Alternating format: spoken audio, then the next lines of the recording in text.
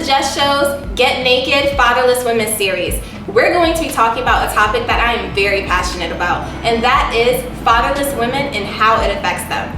This episode is not going to be a bunch of bitter women talking about their fathers. It's going to be us exploring this topic in truth and in love, so that way it can help bring healing to those watching and even some of us that are on the episode. So, you guys might also be wondering, why is it called Get Naked? I'll tell you more about that at the end of this episode. So, sit back, relax, watch, and grow with us. Hello everyone, welcome to the Jess Show's Get Naked, Fatherless Women series. With me right now are a group of amazing women who I met. Some are old friends and some are new. So I'm gonna let them introduce themselves.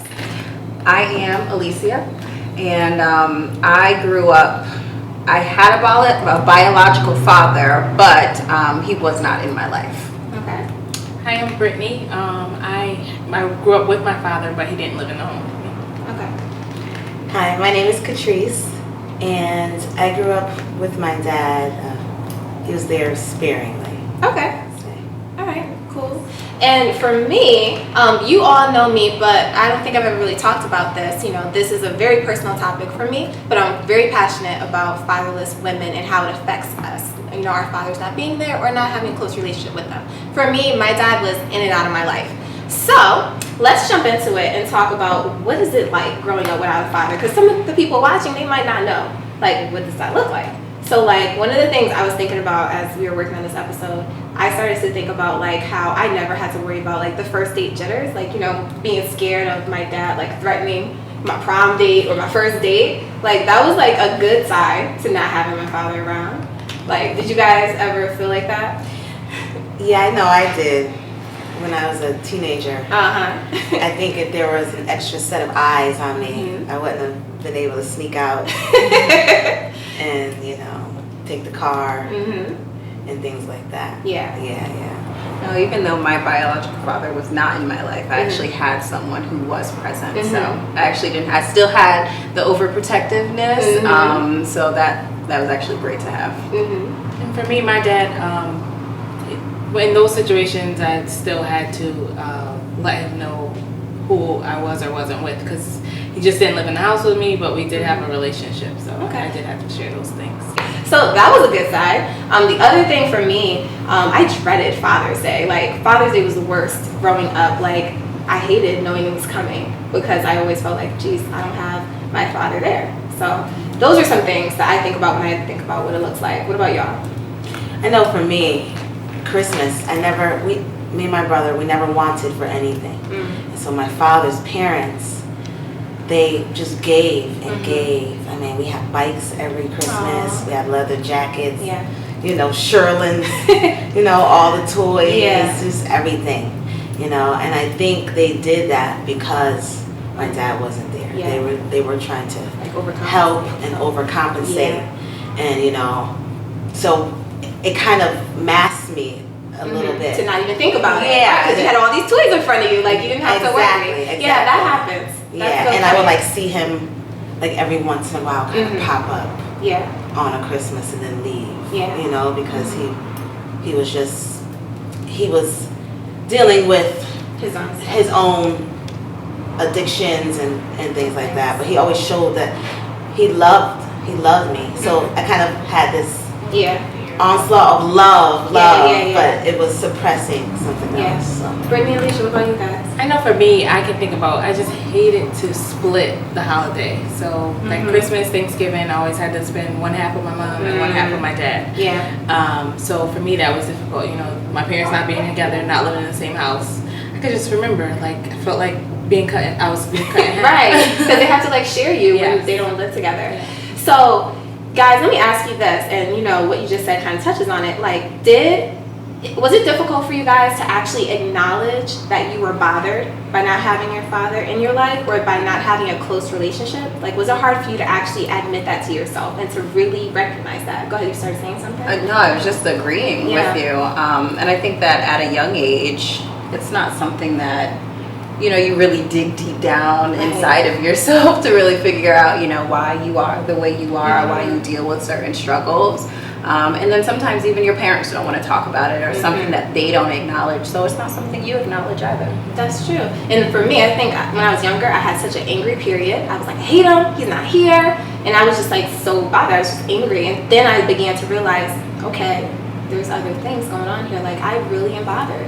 And I just couldn't ignore it anymore. Like, so for me, it wasn't that hard to acknowledge. I never tried to like act like it, but I did have to admit to myself, I do care. I thought me hating was like me not caring, but it really was. Yeah, I didn't acknowledge it until more recently, but I believe it started to bother me maybe around 2005-ish. And dealing with relationships, and I just didn't know what was wrong. Okay. I think I was depressed within this. I'm like, this is a great relationship. Yeah. What's wrong with me? Yeah. Why am I depressed? Yeah. And so I think I had to go through some motions, and then it kind of hit me over the head this last time. Okay. Like, it just hit me over the head. I'm like, something's wrong. Yeah. Like, I want more, I want better. Yeah. Something is blocking that, and I have to really acknowledge it. Because what I used to say was, it didn't affect me. Like, I knew that was there. I said, you know what? I'm fine, I'm okay. Like, I get it. Isn't that what we're taught to do, though? Like to say, I'm fine, I'm Exactly. okay, there's nothing wrong with me, when there actually is. Right. What about you, Beth? I know for me, I was able to acknowledge it because there was always that split. So like, it wasn't just holidays; it was like every other weekend. So sometimes I wanted to do stuff with my mom's family, but I couldn't because I was at my dad's house that weekend, and so like it started to be like why does this have to be this way? And see, I find that interesting because for you, it was a constant reminder all the time because you were always reminded since you felt so pulled in half. Whereas for those of us where he wasn't in our life, it was almost like you didn't have to really think about it unless something happened that made you think about it. Do y'all agree with that? I say yes and no. Yeah. And I only say that just because even though my biological father wasn't in my life and I still had someone who loved me, after I found out that he wasn't my real dad, I started getting more comfortable with my mom's side of the family because I'm like, okay, this isn't really my family. Like, I don't know, what's going on. So I think I neglected them a little bit. When you're younger, you don't realize, and you're like, no, I don't want to go with daddy. I'm going to stay with mommy. And that's what happened to me. Okay. Guys, this is getting good. But we're going to wrap this up, the first part. So all of you guys watching, I know it's good. I know you probably want us to keep going, but you're going to have to stay tuned into next week's part 2 of the Get Naked series, okay? So don't y'all go anywhere. I have a Jess moment coming right up. We'll be right back.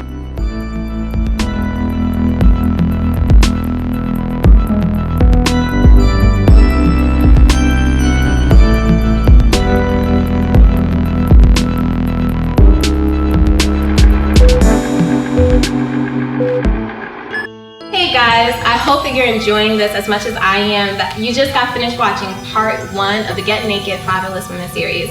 So I just want to come talk to you guys in the Jess moment. I told you in the opening that I was gonna let you know what is Get Naked all about. Like, why is she calling it Get Naked?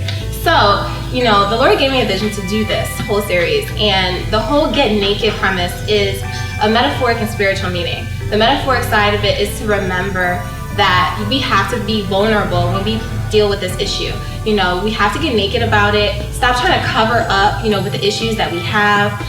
It's important for us to make sure we just confront it, and that requires us getting naked, because when you're naked, you see every scar, every blemish, like there's no hiding anything.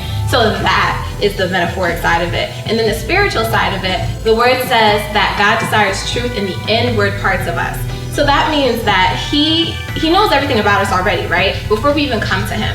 But he still desires us to get intimate with him and to tell him how we're feeling, even when we go to repent. So getting naked is about coming to the Lord and making sure you get naked before him, because he is so concerned about every care and issue that we have, and we can't be scared to get naked before him, because that's what he desires, that kind of intimacy. So that is why it is called Get Naked.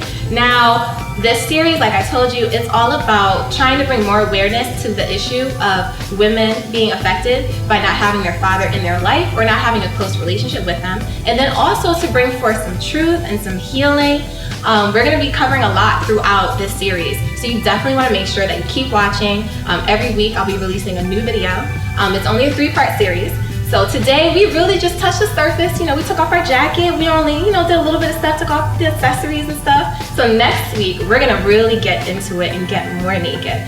So make sure you stay tuned and you definitely join us and get naked with us. This isn't just for women, by the way. If you are a man who's a father, you should be watching it. If you're a man who knows that you have a child but you're not really active in their child's life, you should watch this too. It's for the mothers that have kids and mothers that are about to have kids, or even men and women who don't have any kids right now. You should watch this so that way you can already start thinking about how this type of an issue can affect your child.